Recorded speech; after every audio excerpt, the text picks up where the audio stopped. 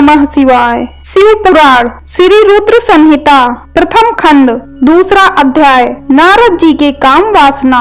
सूत जी बोले, हे ऋषियों, एक समय की बात है, ब्रह्मा पुत्र नारद जी हिमालय पर्वत की एक गुफा में बहुत दिनों से तपस्या कर रहे थे। उन्होंने दृढ़ता पूर्वक समाधि लगाई थी और तप करने लगे थे।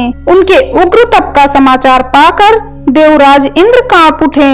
उन्होंने सोचा कि नारद मुनि मेरे स्वर्गलोक के राज्य को छीनना चाहते हैं। यह ख्याल आते ही इंद्र ने उनकी तपस्या में विघ्न डालने की कोशिश की। उन्होंने कामदेव को बुलाया और कहने लगे, हे कामदेव, तुम मेरे परम मित्र एवं हितैषी हो। नारद हिमाचल पर्वत की गुफा में बैठकर तपस्या कर रहा है। कहीं ऐसा न हो कि वह वरदान में ब्रह्मा जी से मेरा स्वर्ग का राज्य ही मांग बैठे।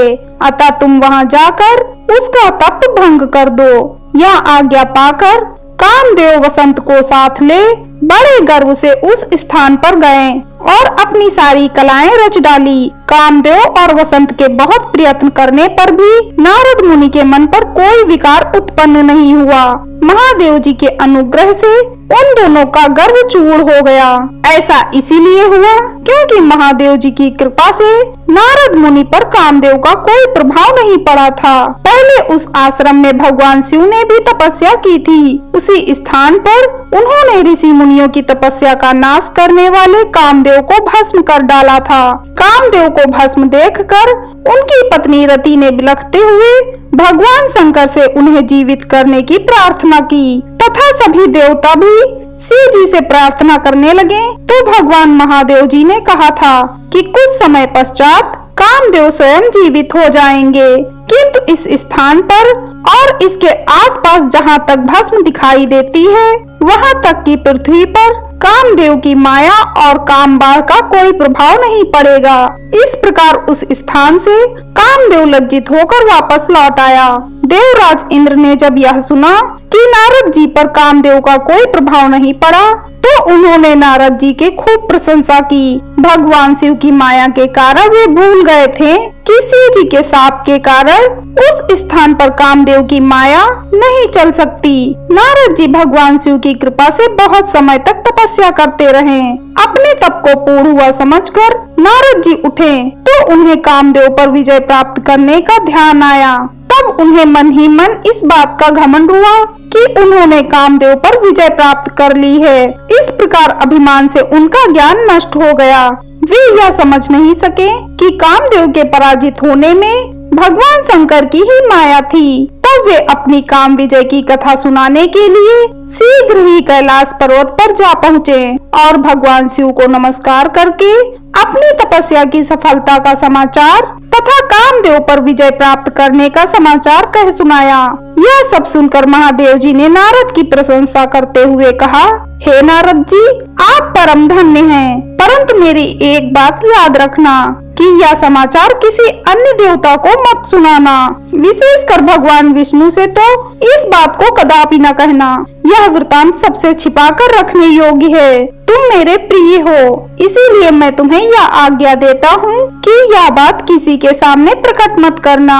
परंतु वे तो शिव की माया से मोहित हो चुके थे, इसीलिए उनकी दी शिक्षा को ध्यान में न रखते हुए वे ब्रह्मलोक चले गए। वहाँ ब्रह्मा जी को नमस्कार कर बोले, मैंने अपने तपोबल से कामदेव को जीत लिया है।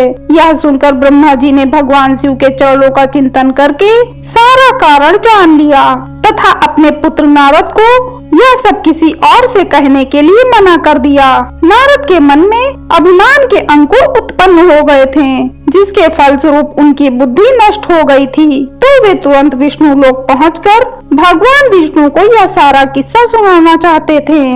अतः शीघ्र ही वे ब्रह्मलोक से चल दिए। नारद मुनि को आते देखकर भगवान विष्णु सिंहासन से उठ खड़े हुए। उन्होंने नारद को गले लगा लिया और आदर सहित आसन पर बैठाया। भगवान शिव के चरणों का स्मरण करके भगवान विष्णु ने नारद जी से पूछा, नारद जी, आप कहाँ से आ रहे हैं और इस लोक में आपका शुभागमन किस लिए हुआ है। यह सुनकर नारद जी ने अहंकार सहित अपने तप के पूर्ण होने एवं कामदेव पर विजय प्राप्त करने का समस्त हाल उन्हें कह सुनाया। भगवान विष्णु काम के विजय के असली कारण को समझ चुके थे। वे नारद जी से बोले, हे नारद जी, आपकी कीर्ति एवं निर्मल बुद्धि धन्य है। काम, क्रोध एवं लोभ, मोह उन मनुष्यों को पीड़ित करते हैं जो भक्तहीन हैं। आप तो ज्ञान वैराग्य से युक्त एवं ब्रह्मचारी हैं। फिर भला यह काम आपका क्या बिगाड़ सकता था। देव ऋषि नारद बोले, हे भगवान, यह सब आपकी कृपा का ही फल है। आपकी कृपा के आगे कामदेव की क्या सामर्थ्य है जो मेरा कुछ बिगाड़ सके। मैं तो सदा ही निर्भय हूँ। इतना कहकर नारद जी विष्णु भगवान को नमस्कार कर वहाँ से चल दिए। हर हर महादेव।